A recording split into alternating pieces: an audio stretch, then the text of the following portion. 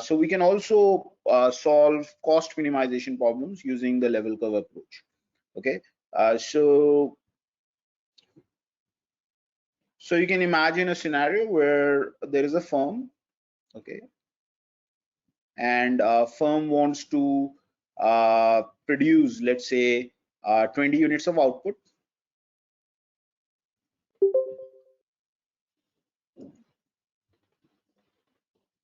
Okay, and let us say the production function that the firm faces is FLK is equal to well, let's say min of 2L plus K comma L plus 2K. Okay, so suppose this is a production function that the firm has. Okay, this is a technology. This is how labor and capital. So if you put L units of labor, K units of capital, this is basically the amount of output that you'll get. Okay, and firm wants to actually minimize the cost of production subject to the constraint that it wants to produce 20 units of output. Okay, so firm's cost minimization problem can be written like this: minimize with respect to LK. Okay, so let's say we are given the input prices as well. So suppose input price of labor is 2, okay, and input price of capital is 3 per unit. Okay, so this is what is given to us. Okay, so you want to minimize what? The cost of labor plus cost of capital if you hire L units of labor, K units of capital. So 2L is the cost of labor if you hire L units of labor, plus the cost of capital if you hire K units of capital. The cost of capital is 3K. So this is the total cost of hiring L units of labor, K units of capital. You want to minimize this, and your constraint is that you want to produce at least 20 units of output. Okay, so you want to produce at least 20 units of output. So what that means is the production function, 2L plus K, L plus 2K, so min of these two terms, okay, should be at least 20. Okay, so you want to solve this problem. Okay, so this is the cost minimization problem of the firm. Okay, and how do we solve this? Again, we are going to first, of course, we also have non-negativity constraints. Okay. So how will you solve this? Well, you just need to plot the constraint set first. Okay, first plot the constraint set, and then we'll plot the level curves. Okay, corresponding to the objective, which is 2L plus 3K. Okay, and then we'll try and figure out where is the objective taking the smallest possible value, while you are in the constraint set. Okay, so that is the picture that you can keep in mind. So we'll first plot the constraint set. So if this is actually, you have already plotted something like this earlier. Okay, so what you can do here is this, that you can first plot the boundary of the constraint set. Okay, so boundary of the constraint set is basically all the labor capital combination that gives you 20 level of output. Okay, labor capital combinations that gives you 20 level of output. Okay, this is also known as isoquant. Okay, isoquant corresponding to 20 level of output. So it's a similar terminology, like it's a level curve. Level curve for production functions are known as isoquants. Level curves for utility functions are known as indifference curves. So it's the same thing. Okay, so you're just plotting level curve corresponding to 20 level of output. Now you already know how to plot this, right? I mean, so line of kinks will be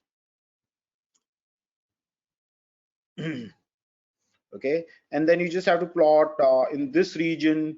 In this region you'll have to plot 2L plus K equal to 20, and in this region you'll have to plot L plus 2K equal to 20. So you're going to get something like this.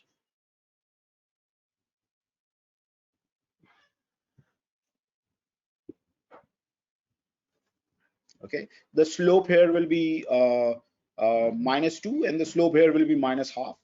Okay, and this is basically the line L plus 2k equal to 20. So when k is 0, L is 20. So this point is 20. Okay, and this is the line 2L plus k equal to 20. So when L is 0, k is 20. Okay. Okay. Now this is where the output is 20. Okay, these are all labor capital combination that gives you 20 level of output. Now what is this constraint? Constraint is basically all those labor capital combination where this is greater than or equal to 20. So basically it is going to give us this constraint set.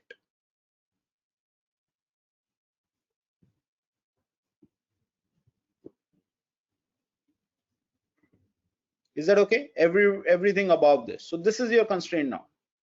Have you all understood this?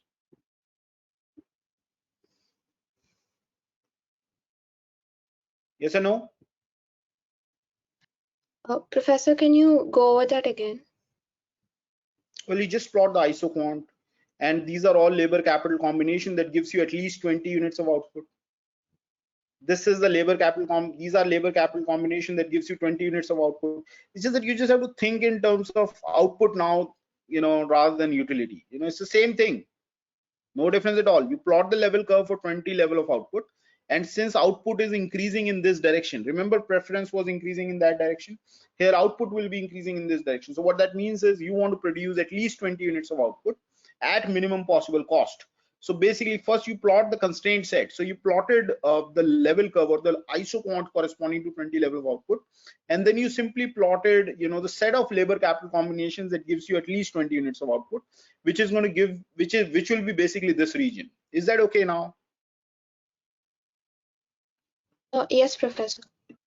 Okay, now all that you have to do is plot the level curves for this particular objective. Okay, so here objective is 2L plus 3k. So you can call that iso cost curves, because 2L plus 3k is the cost. Okay, so level curves means you pick labor cap, so all the labor capital combination that cost the same, so you can call that iso cost curve. Okay, so what you're going to do is you'll plot bunch of iso cost curve through this region, and you'll choose the lowest possible iso cost curve. The reason is because you want to minimize the cost, right? So you choose the lowest possible iso cost curve that passes through this region. Okay, so what we're going to do is so this is iso quant. Okay, let's call this IQ. Okay, for 20 level of output for production function F. Okay, so what I can do is I can define iso cost. Okay, so iso cost curve is basically if you just fix the iso cost, fix the cost to some level, uh, mu, okay, then it is nothing but all the labor capital combinations that cost the same, 2L plus 3k equal to mu. So you will just plot this line, okay, where mu is some constant. Okay, is that fine? You'll just plot this line. So what will be the slope of this line? -2/3. -2/3, absolutely. Okay, so if I plot the iso cost curve from here, okay, or you want to draw from here or here?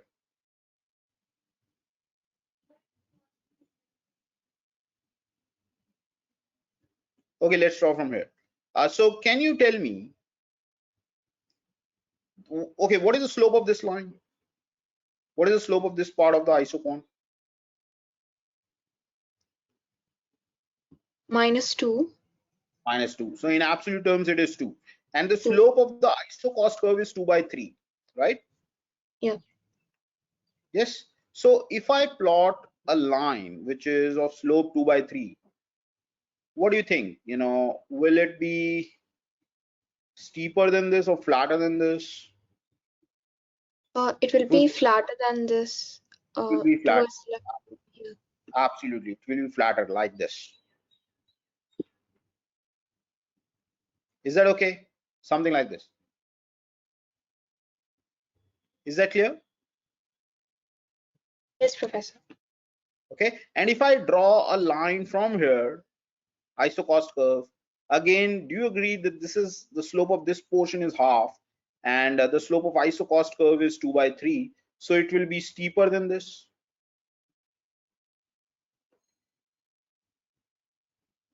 Yes, Professor. Okay, so do you agree that you would want to move, because there is a way to reduce your cost, right? I mean, you can reduce your cost by moving to a point like this and then to a point like this. Yes, Yeah. because lower iso cost curve means lower cost. Yes or no? So do you agree that in this case, because the slope here is half, sorry, slope here of the isoquant is in absolute terms is 2, slope here of the isoquant in absolute terms is half, so this line, if I draw from here, the isocost line, if I draw from here, will look like this, basically, because it is going to be because it has slope in absolute terms 2/3, so it will be steeper than this portion and it will be flatter than this portion, so it will look like this. Do you agree? Yes, Professor. Okay, so Yes, do you agree Professor. that this is a cost minimizing choice? Yes, this point, because this is the lowest possible iso cost curve that passes through this region. Yes, this is the lowest possible iso cost curve that passes through this region. Do you agree? Yes, Professor. Okay, so all that you have to do is just have to figure out what this point is. Okay, so how do you figure out what this point is? Notice that this point is on the line of kings, and line of kings is basically k equal to L, right? Yes, we have already found out earlier, the line of kings is k equal to L. So this point is on the line of kings. Yes, Yeah. this point is also on this isoquant.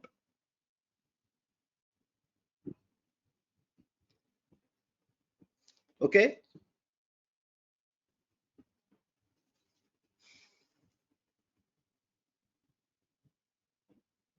yes or no?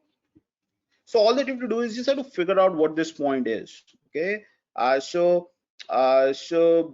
basically line of kings, if you see, is where this is equal to 20 and this is also equal to 20, because this is on the isoquant. Okay, and it is also on the intersection of these two portions. So all that you have to do is you just have to solve this. 2L plus k equal to 20. Okay, and L plus 2k equal to 20. Okay, because this point is on the isoquant corresponding to 20 level of output, and it also satisfies the property that it is on the line of kings. So line of kings has this property that, either you can use this condition k equal to L, or you can use these two equations. Okay, so if you use k equal to L, then you have to use one of these two conditions. Okay, so this plus k equal to L will give you the solution, or this plus k equal to L will also give you the solution. Else you can use these two. Okay, because if you use these two, you automatically get k equal to L. Okay, so anyways, so let's just solve the system, and what are we going to get? K and L is equal to 20/3. Absolutely. Okay, so these are known as conditional labor and capital demands. Okay, so conditional capital labor and capital demands, and both are in this case 20/3. Have you all understood this? Yes, Professor. So this is conditional. Solution is known as conditional labor and capital demand.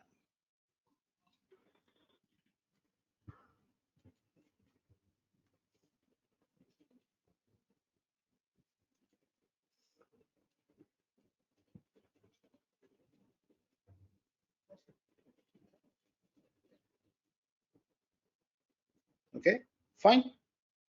Okay, and this is a solution, okay, in this particular problem. Have you all understood this? All of you? Yes, Professor. Okay, okay, so I guess it is clear. So you can actually solve any of the above problems that we have done, when by taking those functions as production functions. Okay, now what I'm going to do is I'll solve a profit maximization problem. okay, full-fledged profit maximization problem of a firm, where the firm is going to choose not just the labor and capital, but also the output, that it wants to sell. Okay, so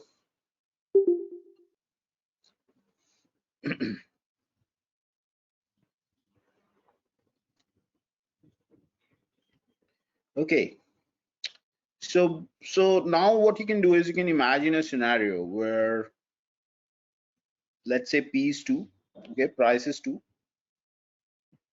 wage is, let's say, 1, okay, rental rate is 1, okay, and the firm is interested in maximizing profit. So maximize profit. So basically, firm is going to take three decisions. One is how much amount of output to sell, so which is and then how much amount of labor to hire, and then how much amount of capital to hire. Okay, so these are the three decisions that the firm is interested in taking, and the firm will maximize the profit. So what is profit? So if firm sells Y units, then the revenue will be 2 times Y. Okay, and if firm buys L units of labor, then the cost of labor will be 1 times L. And if the firm hires K units of capital, then the cost of capital will be 1 times K. Okay, so firm is interested in maximizing this. Okay, and there is a constraint. Okay, so the constraint is given by the technology that the firm uses, right? I mean, if a firm hires L units of labor, K units of capital, then it can produce some amount of output. Okay, and the firm cannot sell more than that amount, okay, unless it has some inventory. So we are going to assume that there is no inventory in this situation. Okay, so whatever the firm produces, it can only sell out of that production.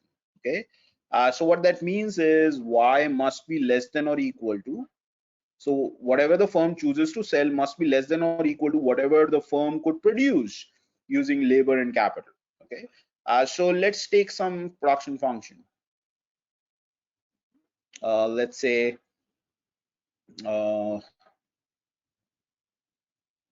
so let's consider maybe 2L plus K to the power half. Is that okay? Okay, let's consider this production function. Okay, so 2L plus K to the power half.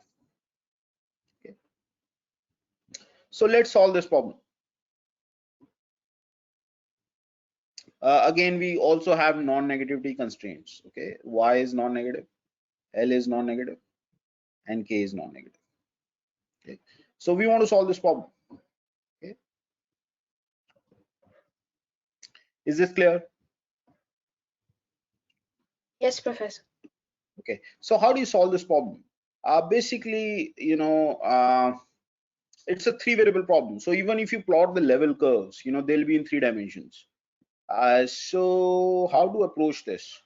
One way we can do this is you can actually split the problem, okay, and solve it in 2 stages. Okay, so let me just tell you like what I meant by this. So basically what you can do is you can just write it like this: maximize with respect to Y to Y. Okay, maximize with respect to Y, and then maximize with respect to LK. Okay, 2Y minus L minus, subject to the constraint that Y is less than or equal to 2L plus K to the power half.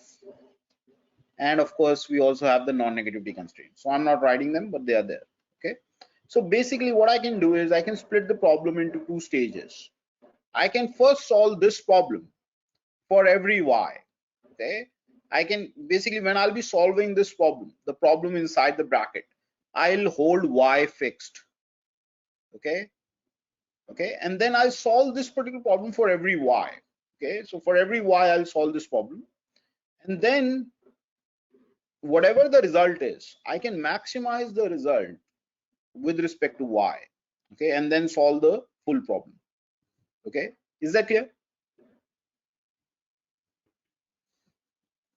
Yes, Professor. Okay, let me just also let me explain you the logic why this will work. So of course we are assuming that the solution will exist, in every situation. Okay, but we don't have to bother about the existence question right now. Okay, the kind of problems that we'll be dealing with, the solution will exist. Okay, so we don't have to worry about it. Okay, so let me just tell you exactly why this will work. Okay, so consider this very simple problem where you are choosing to maximize a function g, okay, of two variables x and y, okay, where x can take any of these 5 values and y can take any of these 3 values. Okay, is that fine? Okay, and you want to maximize this with respect to x and y. Okay, now what I'm going to do is I'm going to fill these boxes with the value of g.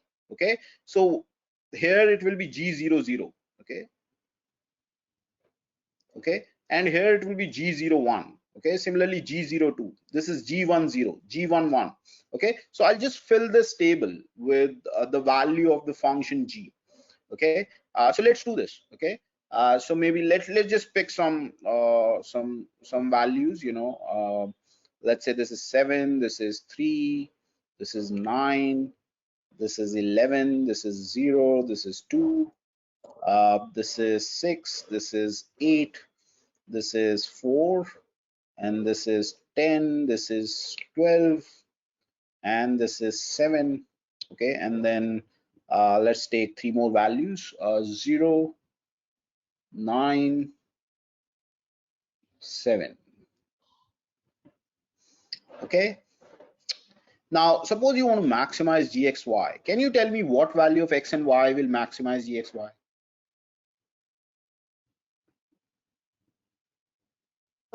12, 3 and 1. Absolutely. Okay, so solution to this problem is x is 3 and y is 1. Right? Do you agree? This is a solution? Yes or no? All of you agree? Okay, and what is the maximum value of the function? It is 12. Okay, so if you want to, so this is a solution to the problem, and the maximum value is 12. Do you all agree? Yes, Professor. Okay, yes. Now what I can do is basically I can actually solve this problem steps. So if you just look at this problem, I can just say that let's just maximize this in 2 steps. First, maximize with respect to y, gxy, okay, and then maximize the resulting function with respect to x. So basically what you are doing is when you are solving this problem inside the bracket, you are holding x fixed. Okay, and for each value of x you solve this problem. Okay, so let's see. Okay, so let me do one thing. Let me call the maximum value as h of x. So h of x is maximized with respect to y, gxy. Okay, because it depends on x, right? Okay, it depends on x. The maximum value of gxy will depend on x because you're maximizing with respect to y, holding x fixed, so it will depend on x. So let's call this maximum value h of x. So basically first I'll find this h of x function, and then I'll maximize with respect to x h of x function. Okay, is that clear? Okay, so let's do this. It's just straightforward. Okay, so for x equal to 0, okay, for x equal to 0, which value of y maximizes gxy? So can you tell me what is h of 0? Y is equal to 2. Yes. That And what is the maximum, yeah, the value would be 9. absolutely, very good. Okay, so y 0 is 2. So when x is 0, the solution y is 2. So you can call this a conditional solution, because it depends on x. Okay, so the value of y that maximizes this function gxy, okay, when x is 0 is 2, and the corresponding value of h function, which is the value of this objective, is 9. Okay, now can you tell me what is h of 1?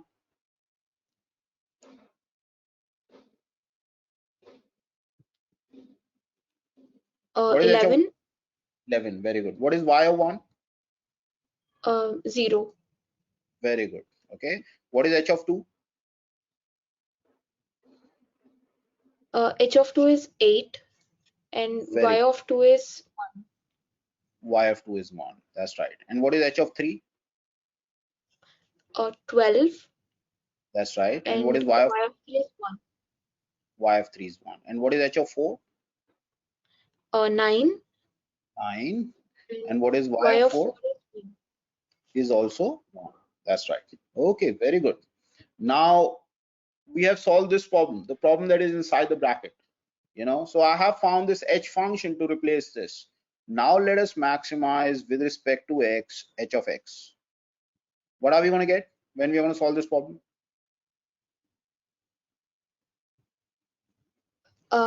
12 at x is equal to 3. Excellent. Okay, so this value is 12. Okay, notice that it is the same as this value, and the solution to this problem is 3, right? Okay, now here we have found the x, but how do you find the corresponding y? So what you're going to do is you'll go back and see that this is the maximizer, this 3 is a maximizer.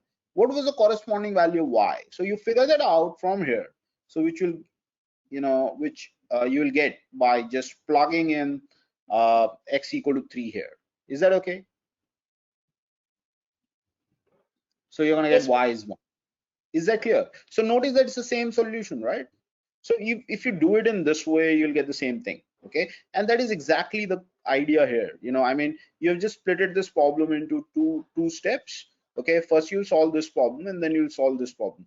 The reason why you want to do so is because if you split it like this, then you will be able to solve this problem like it's a 2-variable problem, and then you can use the level curve approach. Okay, and then you'll get the solution. Okay, so let's just quickly do this. Okay, so now let me just make this a little bit more simplified. Okay, so what I'm going to do is this. I'm going to write this as, because this 2y, when you're solving this problem, this y is fixed, right? Since this y is fixed, so it's just a constant. So adding a constant to the objective doesn't change the solution. So what I can do is I can take this constant out of the objective.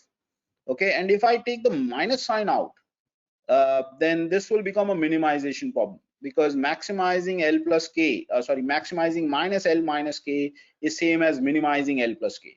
Okay, so basically I'm going to get something like this: minimize with respect to L plus K, with respect to L and K, L plus K. Okay, subject to the constraint that y is less than or equal to 2L plus K to the power half. Right? You can write it like this. Do you agree? Yes or no? Yes, Professor.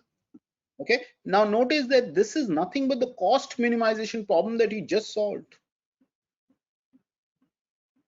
I mean, I agree it was different wage and rental rate, but it's the same problem. This production function is there, some output is there that you want to produce, the cost is what you want to minimize. Okay, so that's exactly what you're doing over here. So you are minimizing the cost of hiring labor and capital, subject to the constraint that you want to produce at least y units of output. Okay, and this is your technology or the production function using which you want to produce at least y units of output. Is that clear?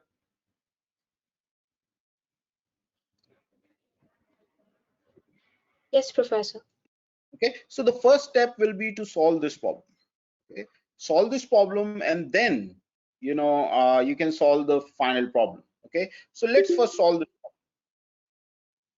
Let's minimize this subject to this constraint. Okay, now notice that here you'll be solving this problem for every y. Okay, so again, you should always remember that story. One day I told you that, okay, give me this level of output. Next day I tell you, tell me the labor and capital combination that gives me this level of output at minimum possible cost. So every day I'm giving you a new level of output, and then you don't want to solve the same problem over and over again. So you solve this problem once, okay, as a function of y, okay. So that is exactly what you'll have to do over here, okay. So you just, I mean, y is given, but it's something which is given. You'll take it as given, okay, but you'll just use a variable name, rather than the number itself, so that whenever you want the solution, you can just plug in whatever number you want, and you'll get the solution for that particular value of y. Okay, is that fine? So let's solve this problem. Okay, so how do you solve this problem? Well, again, first plot the constraint set. Okay, so let me write this. Okay, so first you are solving the cost minimization problem, and then you will be solving the profit maximization problem.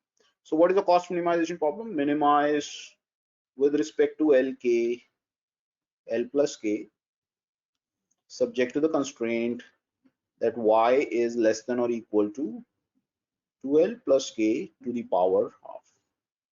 Okay, so let's solve this problem. Okay, again, we have the non-negativity constraints. Okay, again, we assume that output is positive. Okay,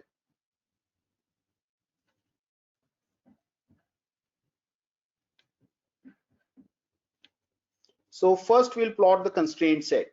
Okay, so how do you plot the constraint? Okay, well, okay.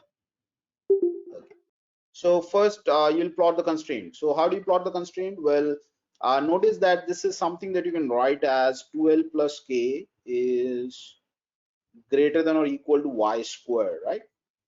By taking square both sides, can I write like this? Yes or no? Please note that y is given. Okay, y is given. Since y is given, so it's some known number. Okay, but you're just using a symbol, or basically a variable name, to denote it. Okay, so it's given. Okay, so you want to plot this set. Okay, so how do you plot this? Well, this is given, so this right hand side is given. So you are just going to plot the boundary of this set. The boundary of this set is 2l plus k equal to y square. Okay, so how is that going to look? Well, uh, so, so it's just going to be a straight line, right? Yes or no?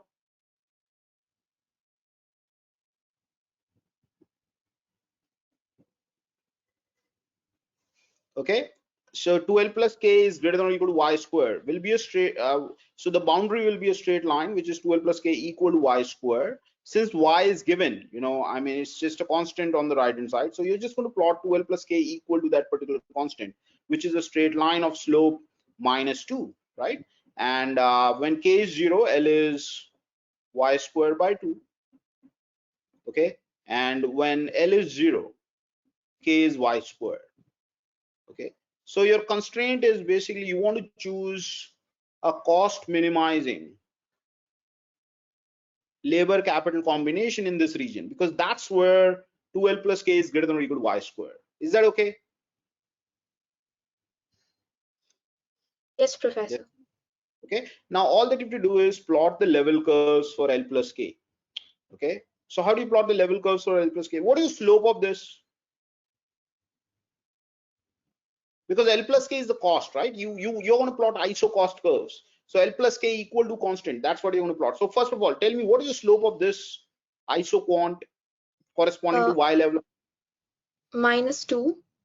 -2, absolutely. So if you're going to plot ISO cost curves, ISO cost curve will be of this type, right? L plus K equal to mu, right? What is the slope of these ISO cost curves?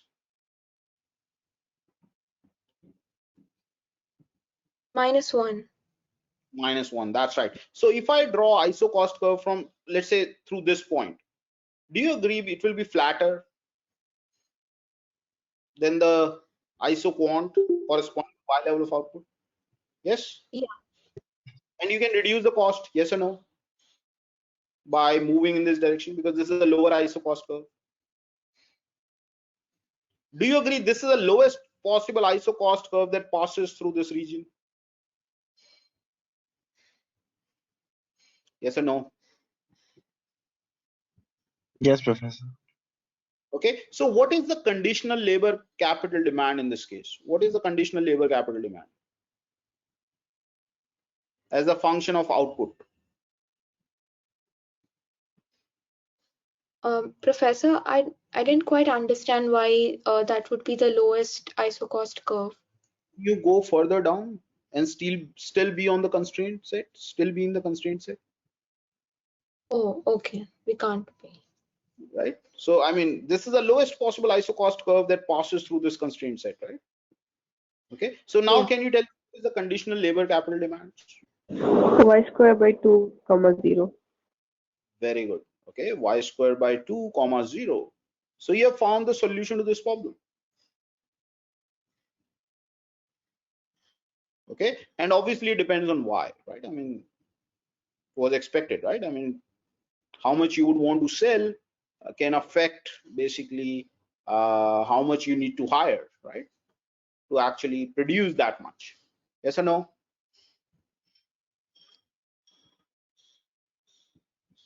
Okay, now what I'm going to do is I'm going to replace this by the optimal cost, okay, of basically selling y units of output, like optimal cost of producing y level of output. So what is the optimal cost of producing y level of output? Well, this is the cost, this is the total cost, right? So if you just plug this here, you know, you'll get the optimal cost. So y squared by 4, labor is, so L is y squared by 4, k is 0, so the cost is y square, sorry, L is y squared by 2 and k is 0, so the cost is y squared by 2, right?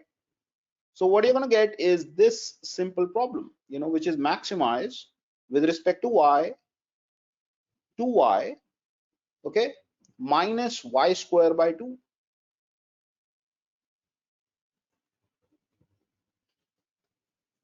Yes, because you've just replaced this whole thing by this you know, optimal cost. I mean, it's exactly the same h function, you know, that you did here. You know, you just found the optimal value of h and then just replaced it, you know, with that particular h and then solve the problem. Okay, that's exactly what you're doing over here. Okay, you solve this problem and then you know, found the optimal value for every y and then just replace this by the optimal cost function, okay, which is y squared by 2. Now this is easy, right? I mean, this is something that you have done so many times. It's a nice concave function. You want to maximize this, well, you just set the derivative equal to 0 and you'll get it. Okay, so 2 minus y equal to 0, so y equal to 2. Okay, so this is your, you know, optimal supply distribution. Okay, this is what you want to supply. Okay, now remember here also, you know, you found the solution and then you plug it back, you know, to get the corresponding solution for y. You know, here what you're going to do is you found the y, so you're going to plug this back into the corresponding labor capital conditional demands to get the final labor and capital demand. So let's call this supply. Okay, and what is the labor demand? Labor demand is y square by 2, where y is 2. So 4 by 2 is what? 2. So labor demand is 2 and capital demand is 0.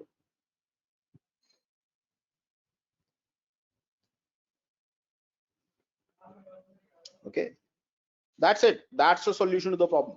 Have you all understood this? Yes, Professor. Okay, so this is how you're going to solve it in steps. Okay, so any questions?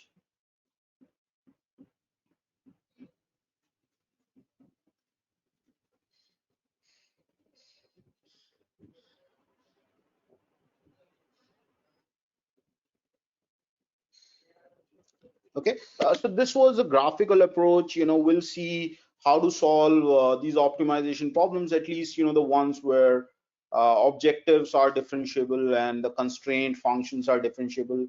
You know, how do we use Lagrangian and Kuhn-Tucker methods to solve those optimization problems? You know, we'll do that next week. Okay, is that fine? Yes, Professor. Okay.